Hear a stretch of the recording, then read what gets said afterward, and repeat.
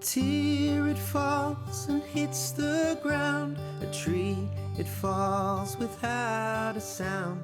A bird, it calls and sends you home. A man, he sits in the cold all alone.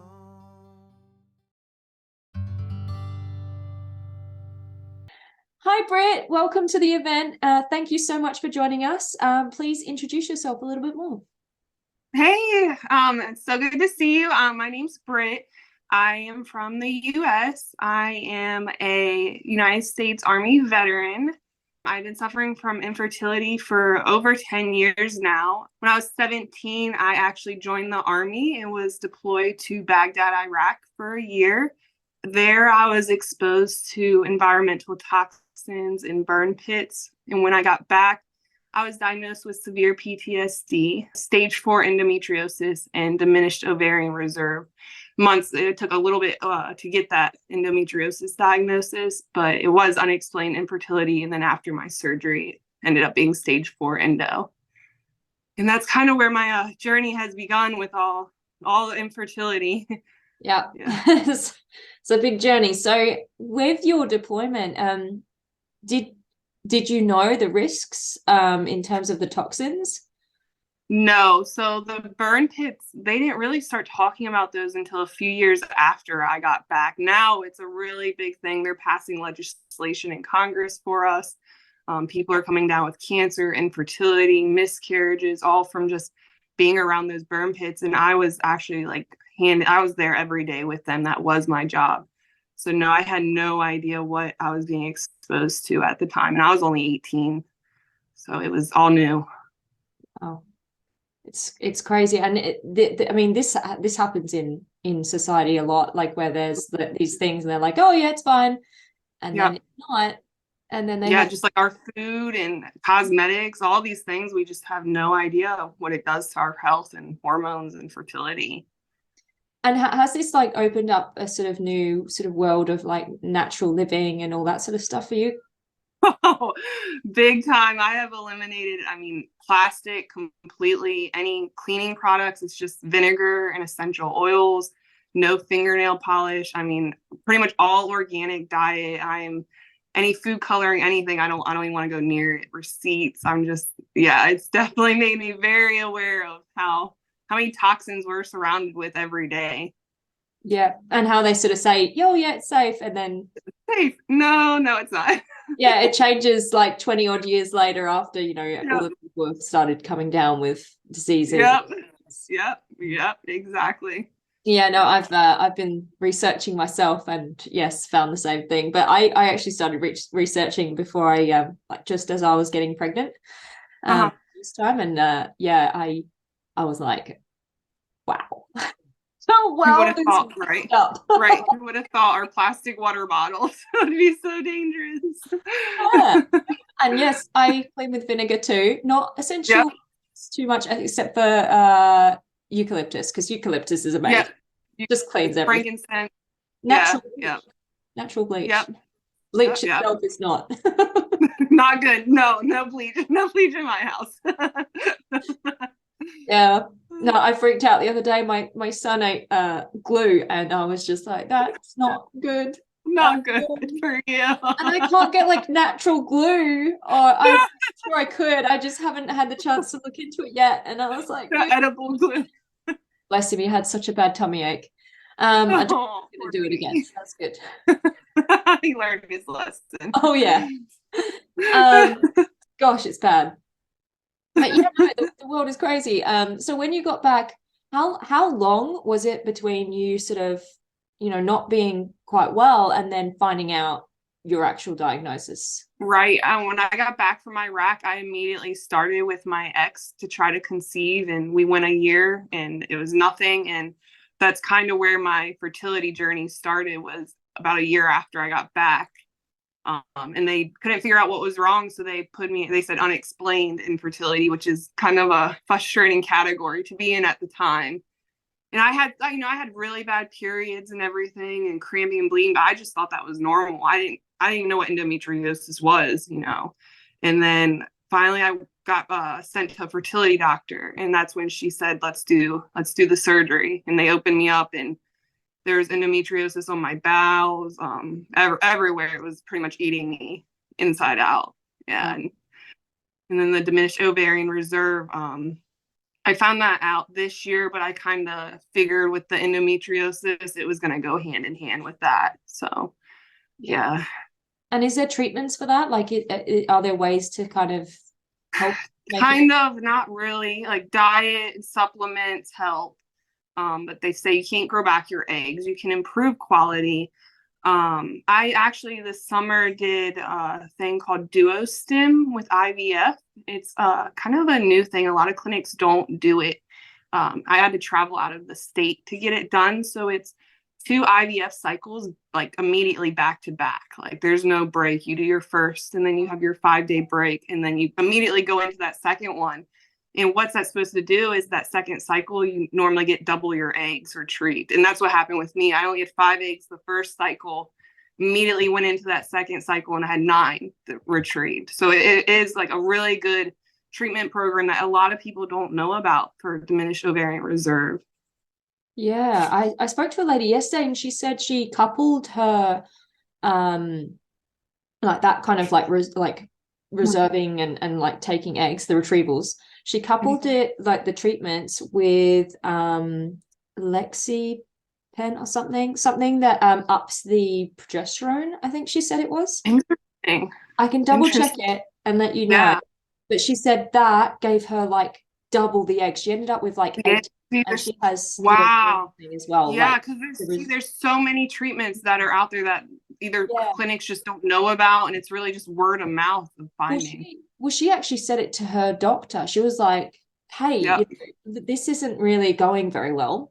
You know, do you think this adding this to the protocol would work? And he was just like, well, I mean, you have to advocate.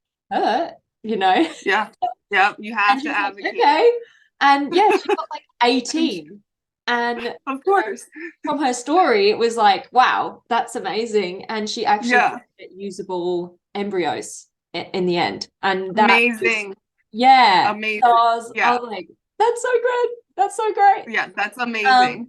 So I'll send you, I'll be editing it soon anyway. So I'll just send you what she said, because I can't the exact like thing, but it was like a specific like pill type thing. So you'll be getting injections. But she was like, I would love to know. Yeah, that's amazing. I definitely want to know what she's on. Yeah, she's not doing it anymore, I don't think, because she's already, I think she's pregnant now. So good. Good. We're I'm praying for her. She's yes, the 25 weeks. Yeah, good. So, good. She's fine. But I will send you that information. Thank you. It's I like, it's so complicated. You have to kind of become like a doctor. Like, it's just, you do. Have you spent a lot of time Googling to sort of work everything out so that you can advocate for yourself? So I'm a nurse, and I'm a labor delivery neonatal nurse, so I was kind of always around fertility and babies and all that, so I do have a really good knowledge. And then I read the book It Starts with an Egg, which kind of, that's what like really sparked me into like the environmental stuff and learning all that. But Google's it hit or miss, but definitely like research. And Facebook, the IVF Facebook support groups have been amazing, because it's just so many of us and all in the same boat throwing these ideas and at the sharing, wall. The sharing, the stories and I love those books. It's the worst community to be a part of, because you don't want to actually be a part of it, but it's but the sisterhood in it is it's amazing. And everyone just wants to share knowledge and like help each other, and the best, and we all want the best for each other. And we're just like praying for each other's babies. It's a beautiful community. It's sad, but it's bittersweet, I guess is the proper word. I've even had people who aren't Christian. They're like, oh, I'm not Christian, but I'll pray for you. And I'm like, thank you. Thank you. So beautiful. It sucks, but it's beautiful. I'd rather not be in the club. Right, I don't like this club. I'll stay in it, I guess.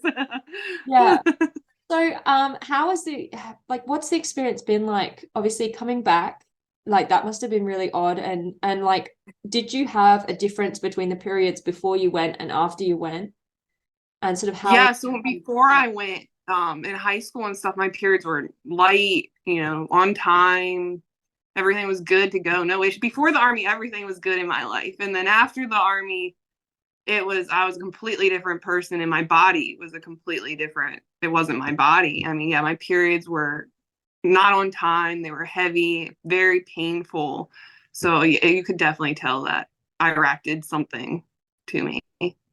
Yeah, gosh, I'm so Yeah. sorry that happened. That's Yeah. so heavy. Experience. Yeah, Yeah. I think like in my mind, I'm just like, I could never do an army thing. Like, I think it's amazing that you even wanted to do that. Right. Yeah. I don't know what I was thinking. No, it's insane.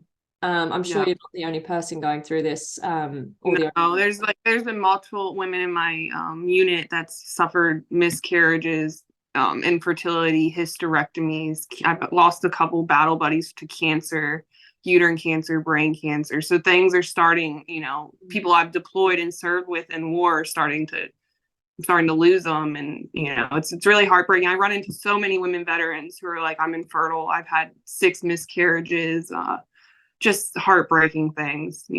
I've given up. So yeah, definitely taking her toll for sure, that war. So, how's the womb? Like, how's your womb? Is it they say the inside of my uterus is good. okay? It's just like everything else. I only have one fallopian tube because of my ectopic pregnancies, and then that tube is scarred up from the endometriosis and all that. So it's all on the outside. But they say my womb is good. It's just getting a good quality embryo in there is the issue. Yeah. So let's go into your sort of IVF journey then. Mhm. Like where did you sort of start? When did you sort of decide that, yeah, this is what I'm going to do? So in 2019, I did an IUI with natural conception, and I actually became pregnant with triplets. Um, yeah, but they ended up being in the wrong places. One was in my abdomen, and 2 were in my fallopian tube, and they both ruptured 2 different times within about a week period. The first time, the first one in my abdomen that ruptured, it actually killed me. I saw God. I saw the light, and I heard God. I was in the ER. I was in the waiting room. I kept telling people, there's something wrong. But as a pregnant and fertile veteran, you kind of get thrown into a category of, she's crazy or she's paranoid. So they kept pushing me off, like, go wait, go wait. And I said, no, ma'am, like, I think I'm dying. And then I pretty much collapsed, seized, Oh my gosh. was rushed into the trauma bay. And, they were ripping my clothes off, getting ready to do what they do. And for me, I saw the light, and God told me, I heard his voice. He said, I'm always with you, but I'm not ready for you. And then my dad, who passed when I was 7 from cancer, was to my right. And as a little girl, he was always sick. So I never really saw him healthy. And he was glowing, and he was healthy, hair. He was always bald. My memory, he's bald and sick and in the hospital. His hair was, flowing, and he had a little baby in his hand in a blue blanket, and he walked out of the trauma bay. And that's when I woke up. And, I'm surrounded by doctors and nurses and machines, and, no clothes, and they're ripping me apart, trying to figure out what's going on, and they scan me, and that's when they tell me that I lost my baby. It ruptured, and they had to rush me into emergency surgery after that. And then I didn't know I was pregnant with triplets at the time. I thought it was just one, because they're, so much going on. And then a couple of days later, I was back in the ER, and they told me I was still pregnant. Oh wow. I'm like, okay. And then a couple of days after that, everything just repeated. I was in and out of the hospital, and the twins ruptured in my fallopian tube, and I was internally bleeding on that one, and was rushed into surgery, and they took my tube and everything after that. And I recovered. And then I was diagnosed with epilepsy from, like, the lack of oxygen and hitting my head when I died, and being put under 2 emergency surgeries. They never got a chance to scan my brain. So I was having about 30 seizures a day, unmedicated. After that, for about 6 months, 6 months to a year, it took to get on the proper medication. That's when I changed my diet, started eliminating caffeine, things I needed to do anyways. But the seizures was definitely God, getting me where I needed to be. My mom and dad had to move down. My stepdad had to move down here to be with me because I was alone pretty much during all this time. And so I was just trying to get healthy enough to get, back to my fertility journey for the past 3 years. And when I started my IUI, I knew that my egg count was already low at that point. I was 27. And they said, if you want to have babies, you need to have them by the time you're 30. So after my ectopic pregnancies, it was about a 3-year gap it took me to get back on my feet. I had another surgery a year after the ruptured ectopics where they went in to clean up like everything for the endometriosis and my fallopian tube. And they actually ended up cutting my bowel open, trying to remove endometriosis off my bowels. And I almost died during that surgery. I almost went septic, was in the hospital, had an ileus, my bowels stopped working. Then they gave me the wrong medication in my hand and my hand blew up. I almost lost my hand. They said it's up to God. There's nothing we can do because they administered it wrong. Just pray that you don't lose it. It can go 50-50. Wow. So it was 3 years of, epilepsy and endometriosis and then these medical malpractice things going on. So this year I was finally healthy enough to get back to the fertility doctor. And that's when he gave me the news that, you have no eggs. It's now or never. We don't even know if we can get anything from you. Basically, you might have to use an egg donor is what I was put into the situation with. And then at the time, my ex was not ready for kids. So he suggested I use a sperm donor, and I ended that relationship at that point and went our separate ways. And I chose to become a single mom by choice. So I had about 24 hours to make this decision of which way I wanted to go in life. And I want to be a mom, and I'm going to do everything I can to be a mom. So I chose that route. And this summer, I did 2 cycles of IVF by myself in New Orleans, which is about 3 hours from me. And it was actually great. I got 2 embryos at the end of each cycle, so 4 embryos total.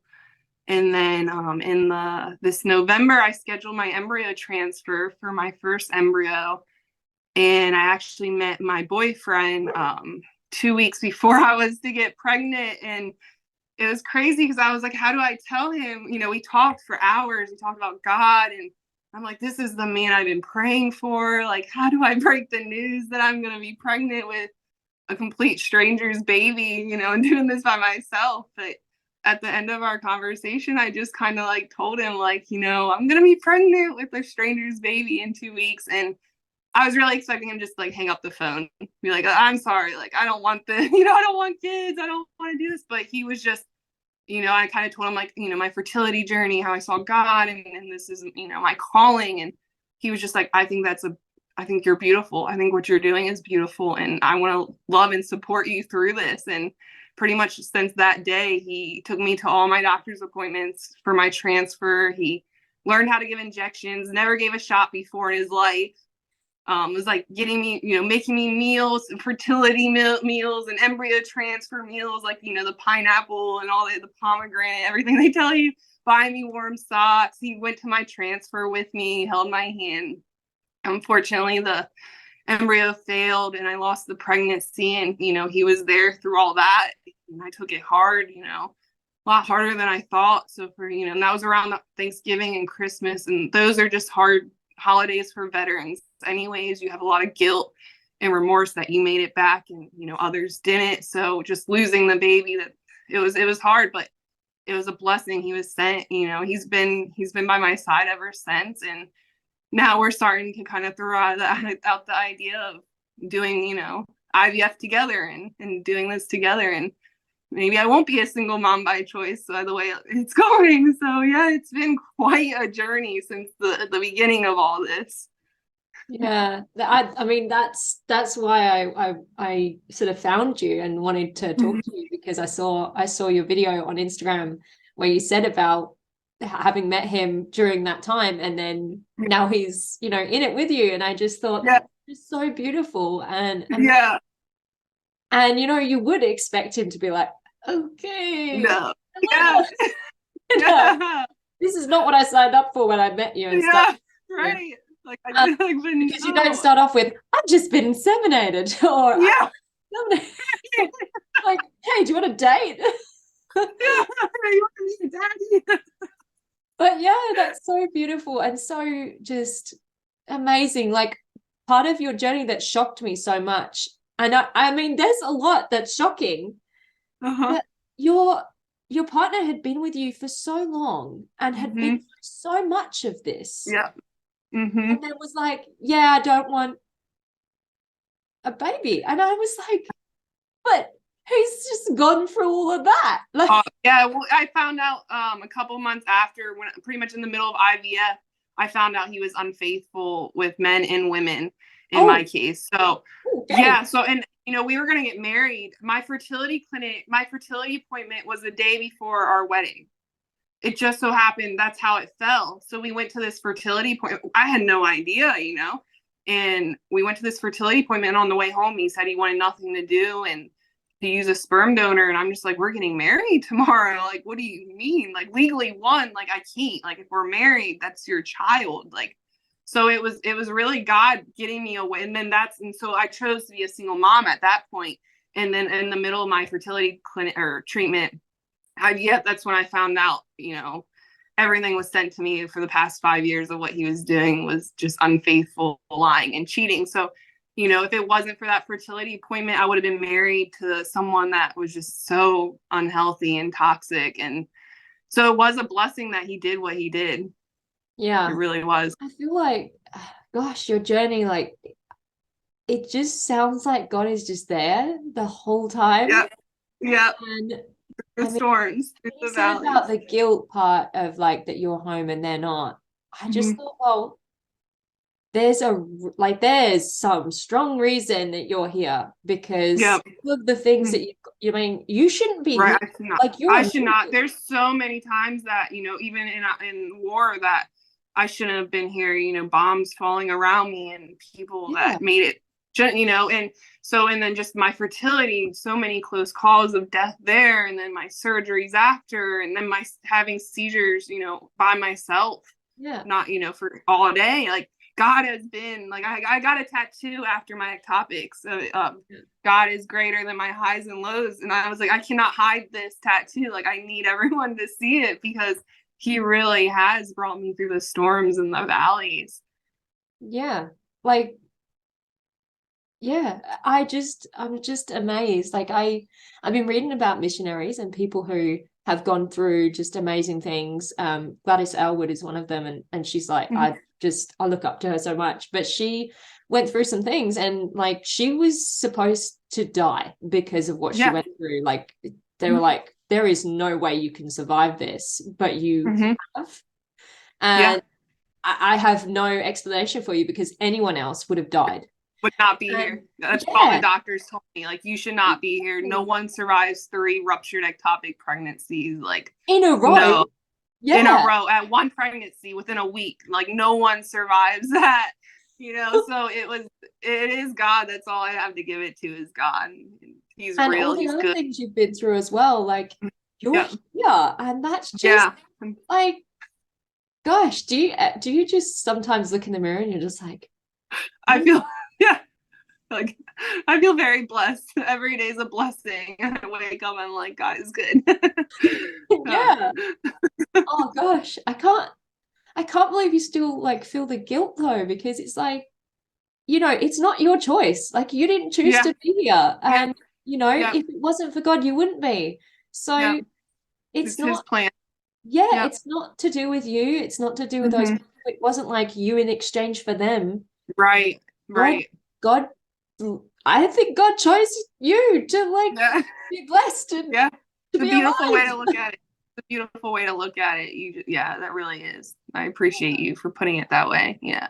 just so amazing. Like I love your story. It's I don't love it because obviously how horrible, like, Right. But you look at all these people in the Bible and you look at Job and they've been through it, but yeah, that's the testimony. That's that's real testimony. I think it's such a strengthening of like faith when someone has gone through all of that and still comes out going, I still love God. Yep. Because you can I love God even more. Like, yeah, and you I can love him even more. Like, yeah.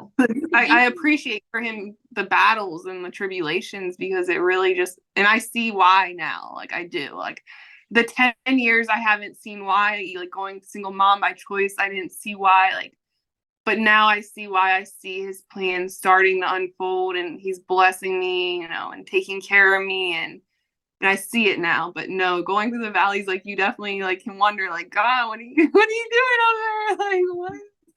But no, I understand now. I do. I understand it all. Yeah, It's just keeping that faith. I was talking to a lady yesterday and she's in faith, and I said to her, you can get angry at God. Like it's so easy to do, and you can like have a go at him and shout at him. And that was something I didn't know you were allowed to do. I was like, oh, I'm allowed to? I'm allowed to shout. Yeah. Oh, great. What to do? What are you doing? What are you doing?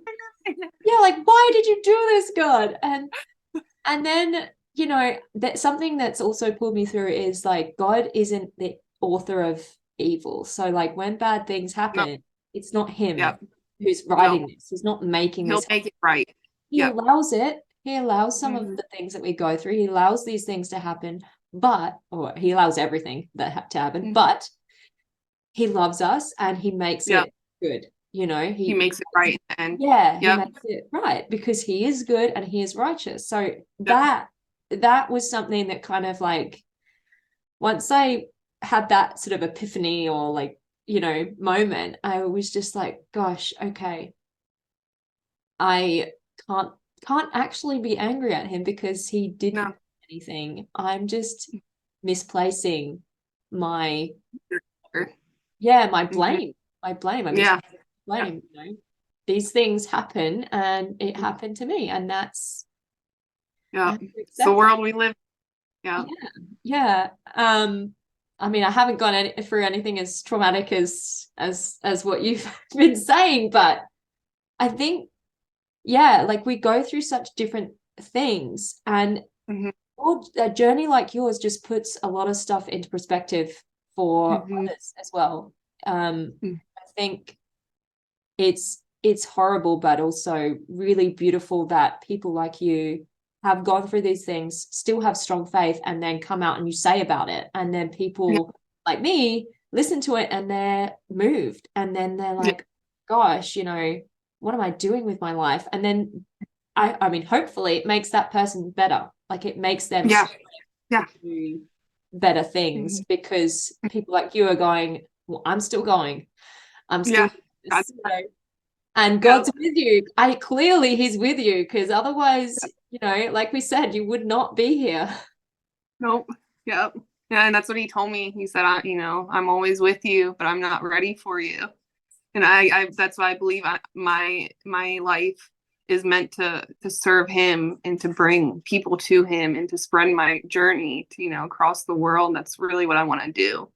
So I think that was his purpose for me.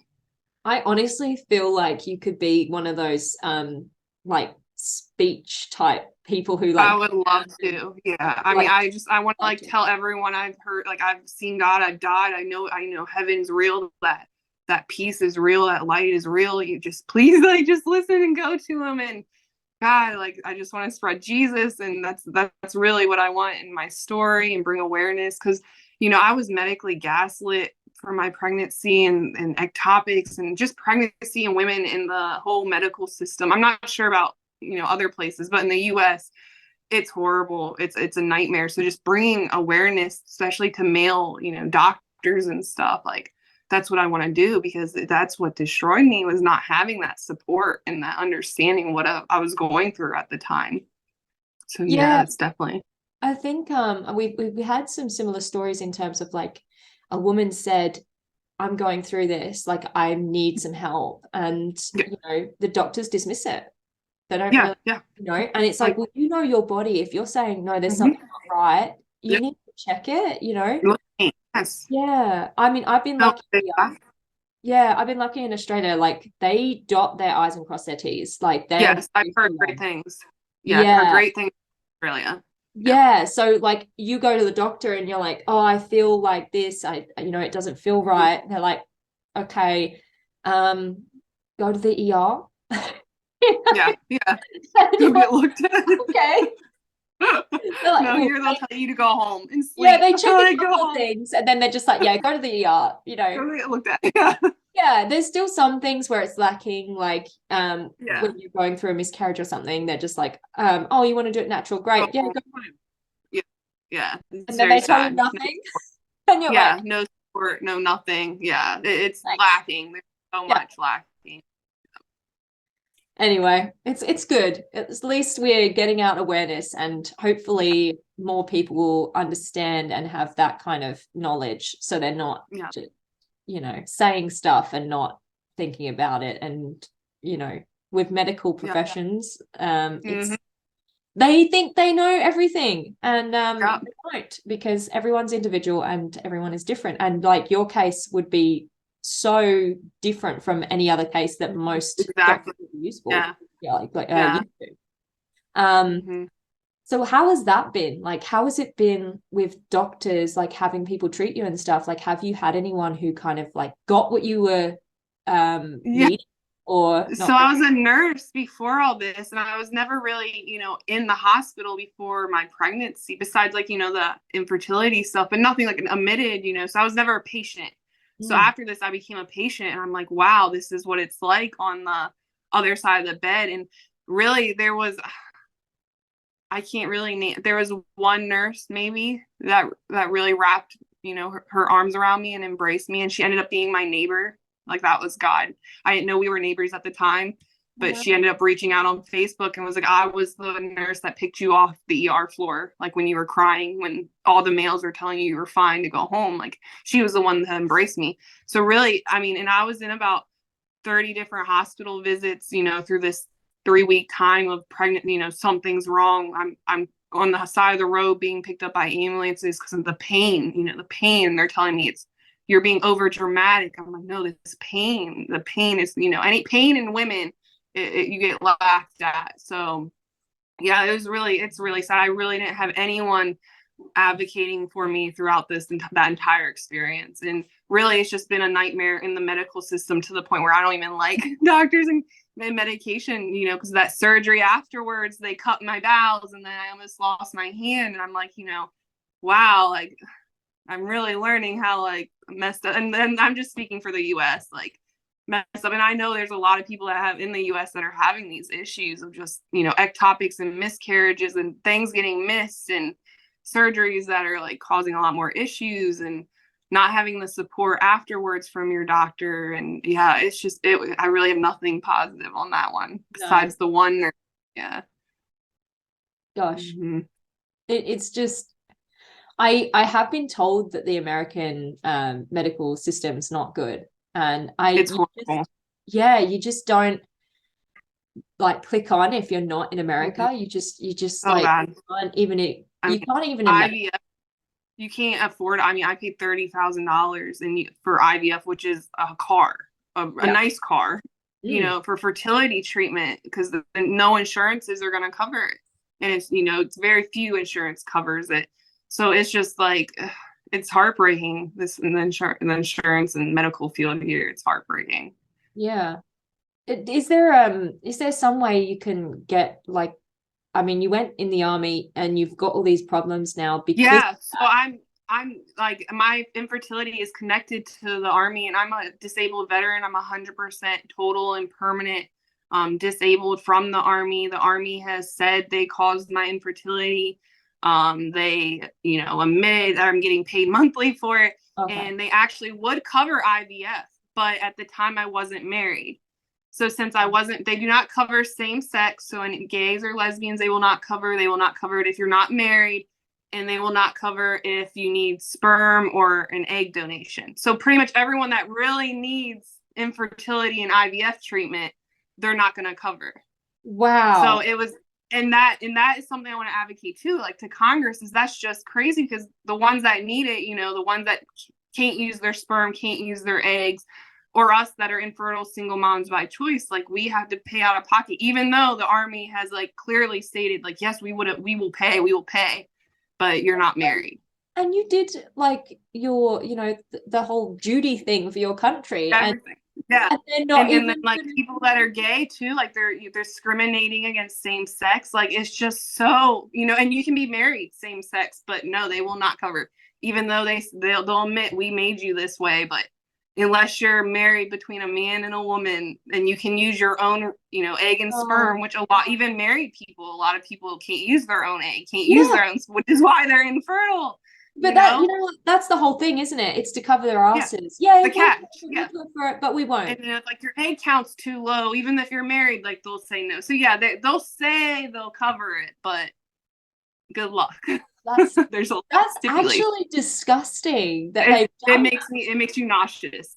It made me nauseous when I started, because I thought I was gonna have this covered for sure, no problem. Like it's written out, they caused my infertility. And when I was filling out the paperwork, the lady was like, "You're married, right?" I'm like, "No." She's like, "Nope, just stop. They're gonna deny it." Yeah. So even if you got married now, even if you got married now, if I was to get married now, I should. It would depend, because my egg count. So if I was to get married now, it could go either way.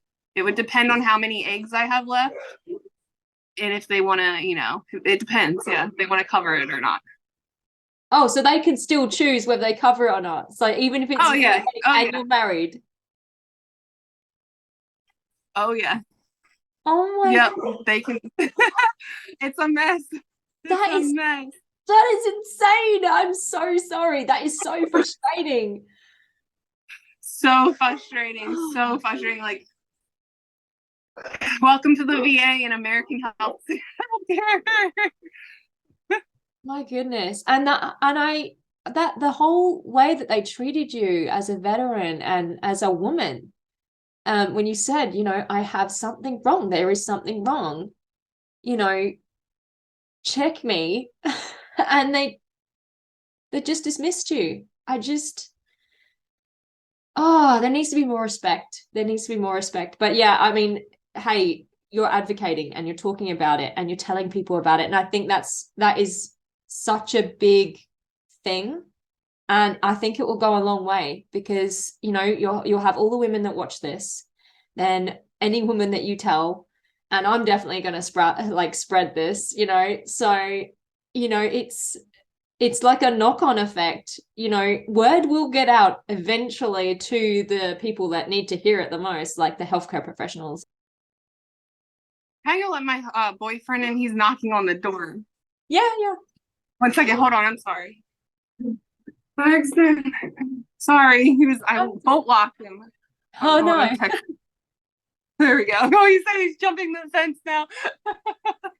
Oh well, you tried. Yeah. get a workout. No, it's always good when you have to break and enter into your own place. My husband's had to do that before, and it was shocking. He was like, yeah, you can get in there. And I'm like, but if you can, then someone else can. How'd you break?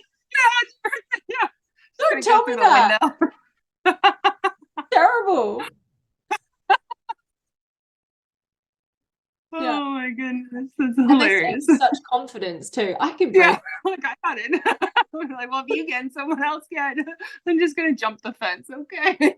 I'm a woman. I don't feel safe. What are you saying that for? That's why I have the door bolt locked. You're jumping the fence. Yeah, it's good. It's ironic. It's good. Oh, men, love them. I love them. I forgot my keys. I don't know where I put them. All right. Yeah. Locator. Go through the window. pull up some roof sheets, whatever. That's exactly what just happened. Yep, just put them back, okay? I don't want a leak.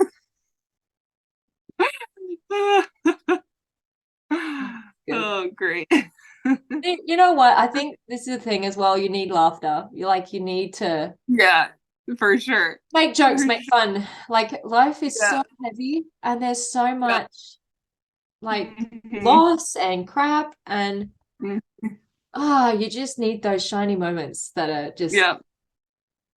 your That's part. why I kind of went to social media with my IVF journey. I started on TikTok and I just started making like all these funny like humor IVF things, and that's kind of what got me through like my treatment is like making fun of myself and my infertile, how like my name is My Pretty Infertile Life, like how infertile I am. Like it's just to laugh at it because you have to.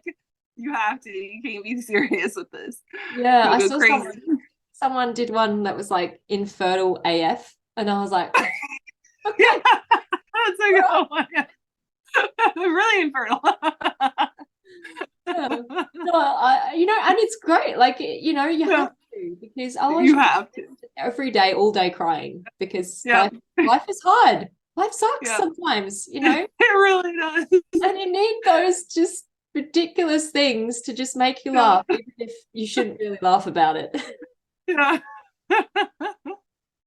You got I've been amazed at how much like I laugh with women who have gone through loss and like gone through this fertility journey, and right. it's like, wow, we're laughing about this. Yeah. About this Yeah. situation and like the horrible things medical professionals have said to us. Everything. And it's Right. just, We're making fun of. how are we laughing? It's great. It's so good. It's like understanding and just feel like, yep, we can laugh our heads off. It's fine. I love it. Oh my. So what are you up to now? Like, what are you doing sort of now? Have you got plans? Is your partner, are you thinking, I mean, you said you guys were sort of talking about doing this together. Yeah. Yeah. So we're thinking about getting married. And then maybe doing like another egg retrieval, getting married, hopefully having the VA cover it for me, and I think I get 3 egg retrievals if they cover it through the VA. So that's kind of where we're at. So right now I'm just doing all the supplements, diet, getting everything like best as I can, because I really think this is going to be like my last shot at this year. So I will pray for you, and I'm sure any women who are in the faith, I will be praying for you too. Hopefully, please everyone pray. Please. Yeah. I just so hope this happens for you. Thank you. Too. Thank you. The only thing I wanted to ask you as well, the last thing, about your dad, like that. When I read that and then, you just saying it like gave me goosebumps, and I was just like, how did that help? Like, because I mean, I would think that would make you feel a little bit of comfort in terms of like the baby. Obviously, when you lose a child, it's really I felt immense comfort. I know he was there. And I know God allowed me to see him and to see him walk out with my baby, because I knew I lost the baby. I didn't know what was going on at this time, but when I came back to life, I knew I lost the baby before they even told me what was, it ruptured in my abdomen. Like I knew. So it was God showing me that comfort. One, that my dad is happy and healthy and, he's in heaven. And 2, that my baby is now there with me, waiting for me. So it was completely comforting, and I feel okay. It was a blessing to see, for sure, because I know a lot of women struggle, and a lot of people struggle with, what happens to my baby, if it's not, what happens and where do we go? And I just want to say, like, heaven's real, your baby's in heaven, your family's in heaven, God's real, and they're there, they're waiting for you. So beautiful. And obviously don't go yet. We all have yeah. Just saying. Yeah, I'll hang around. Our family's waiting for us, but we're supposed to be here for a bit longer, okay? And you especially, because God's made. I mean, if you went for another thing, I'm sure God would just be like, No. No, not yet. hopefully. But I'm going to pray that you don't go for any more. Thank you. Just Thank have you. a baby in your arms after this Yes. next Thank you so much. yeah, Thank because you. I think enough's enough. Come on. Yeah, I think I'm ready. we don't want you to be Job. We just No. Britt's done. We're ready for my happy ending. I know so much of the Job story, but I just haven't read it because I can't bring myself to read it. I'm gonna read it this year. It's hard, but no, it's a great redemption story. Yeah. Being through it all and still having your faith. Yeah. So many people tell me like it's really faith strengthening again because he's through so much and he still has faith, and still has his faith. I'm like, but it's still so thanks horrible. And yeah. But yeah, I think gosh, like, come on, God, just make this happen. Thank you. Please, thank you so much. Thank you so much for speaking with me. I will thank you so much. Get back to your amazing boyfriend. I've decided he's the amazing boyfriend in the world. Thank you so much. I'll let him know. You'll let him know? Yeah. How good he is. If he wants to come on and speak with you at some point, I'm happy to do like a couple like interview. Yeah, we would do one for sure. Just like to get his, thought. Perspective, because he was completely IVF infertility clueless. I mean, he doesn't know anything and knew nothing about what an embryo was or an egg. Like he's thinking an egg, like so it would be very beautiful that he just jumped in, like an egg, like they put an egg in you. Like, what's an embryo? Yeah. Yes, I'll put this needle in your butt. Sure. Yeah, I'd never done this before, but here we go. Like, yeah, he was amazing. I said to my husband, would you put a needle in my butt? And he said, yeah, really uncomfortably. Like, he was all for it. Like, he wanted to make sure he did it like perfect. It was so sweet. Like, he's so caring. Like, he's like, you're never doing this by yourself ever again. I'm like, oh my goodness. It's horrifying. Like the way I've seen women just kind of, and I'm like, and those needles, doing them by yourself is not fun. Yeah, like it must be so much nicer having someone else do it. So you can relax and you can kind of do this. Not look. Talk to me so I don't know when you put it in. There's that moment of yes, that's what I'm saying. Push slow. Gosh.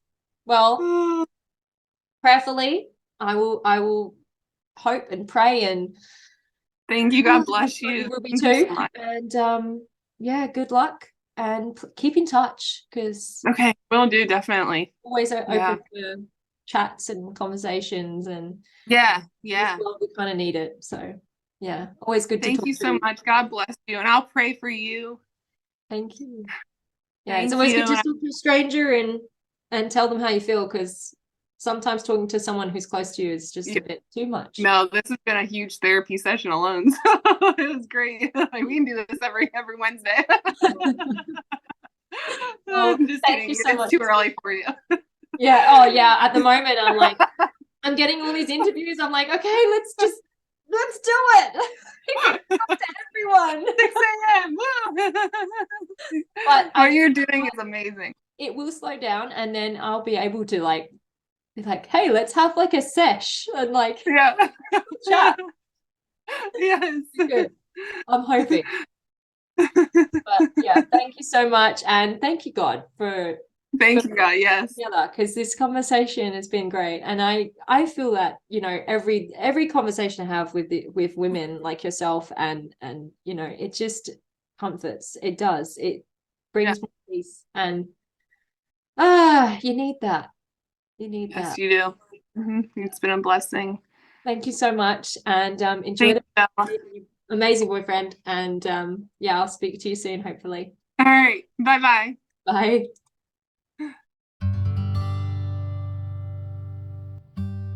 Please note that all speakers, including experts and professionals, express information, views, and opinions that should not be used to diagnose, treat, cure, or prevent any medical conditions. If you have a medical issue, please consult a qualified professional. Speakers voice their own views, opinions, and conclusions, and they may not reflect the views, opinions, and conclusions of other speakers. Ella Rose, The Joy of Sunflowers, and its sponsors may not endorse all or any of the views, opinions, or conclusions expressed.